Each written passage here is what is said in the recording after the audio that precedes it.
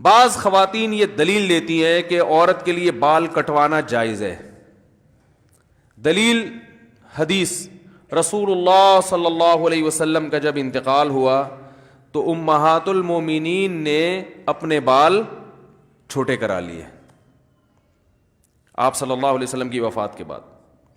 تو جب امہات المومنین کے لیے بال چھوٹے کرانا جائز ہے اور کسی نے اس پر انکار نہیں کیا، تو آج خواتین بال چھوٹے کیوں نہیں کرا سکتی؟ دلیل سمجھ میں آئی ہے بھائی؟ آ رہی ہے سمجھ میں دلیل؟ یہ دلیل غلط ہے. آج خواتین جو بال چھوٹے کرواتی ہیں زینت پیدا کرنے کے لیے، شو مارنے کے لیے.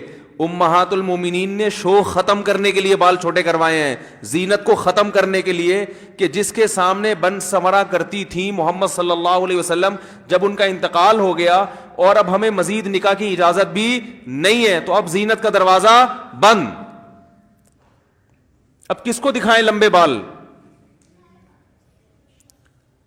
تو لمبے بالوں میں عورت کی زینت ہے. اگر عورت چھوٹے بالوں میں زینت سمجھتی ہے تو یہ تغییر خلق اللہ ہے، اللہ کی بنائی ہوئی تخلیق کو تبدیل کرنا. یہ حرام ہے، ناجائز ہے.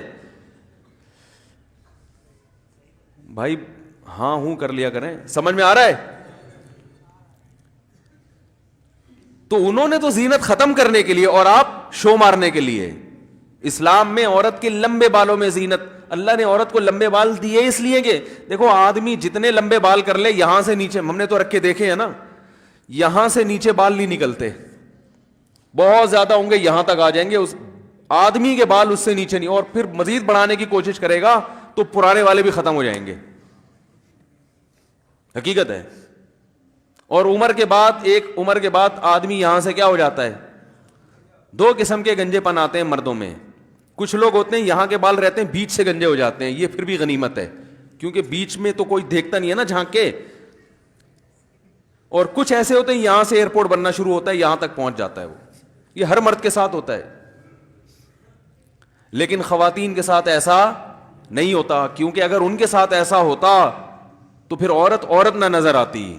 اللہ کو یہ بات برداشت نہیں ہے کہ عورت ہو اور مرد نظر آئے.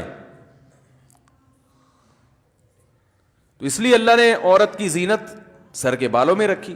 پہلے بالوں کے شیمپو آتے تھے، سر میں تیلوں کی مالش ہوا کرتی تھی، خواتین بال بڑھایا کرتی تھیں، اور اسی میں ہمیشہ مسلم معاشرے میں ایسا ہی ہوتا رہا ہے.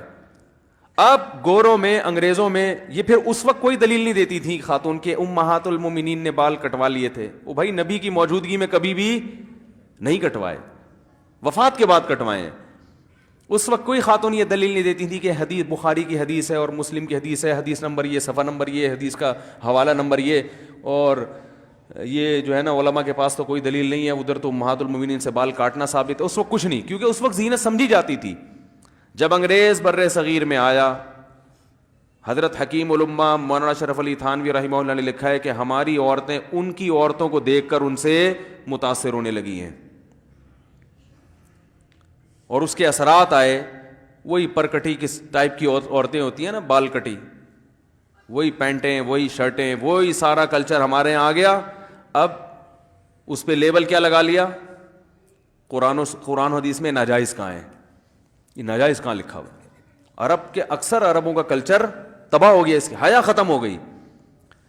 تو بچپن میں اپنی بچیوں کو سکھایا کریں کہ باپ جب گھر میں آئے، جوان بیٹی سر پہ بولو بھائی چادر لے لے.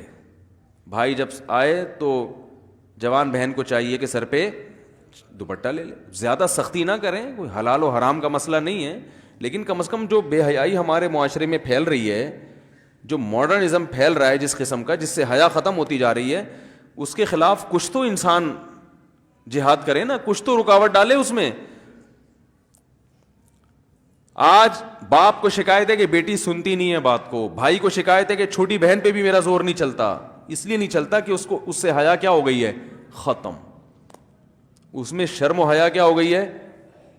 جب لباس ایسا پہنے گی تو شرم و حیا ختم. جب شرم و حیا ختم تو بات سننا تو شرم و حیا کے بعد ہوتا ہے. بھائی جس میں شرم و حیا نہیں ہے وہ تو جواب دینے میں فخر محسوس کرتا ہے.